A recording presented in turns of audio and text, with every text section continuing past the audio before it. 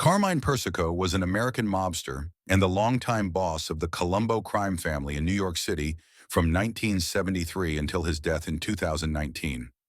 He had been serving 32 years in federal prison from 1987 until his death on March 7, 2019. Carmine Persico was born in Brooklyn, New York, to Carmine John Persico Sr. and Assunta Susan Plantamura. His father was a legal stenographer for several law firms in Manhattan. His brothers Theodore Persico and Alphonse "Alley Boy" Persico, died 1989, also became capo regimes in the Colombo crime family.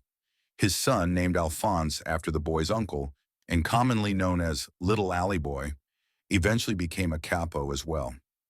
He was the uncle of Theodore Persico Jr.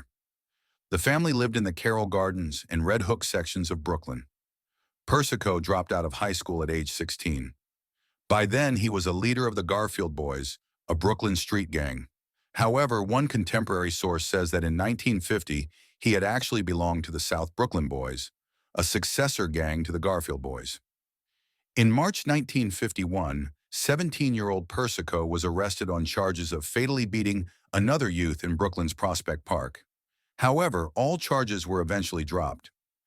In the early 1950s, Persico was recruited into the Profazzi crime family, the forerunner of the Colombo family, by longtime capo Frank Abitamarco. At first, Persico did bookmaking and loan sharking, then moved into burglaries and hijackings.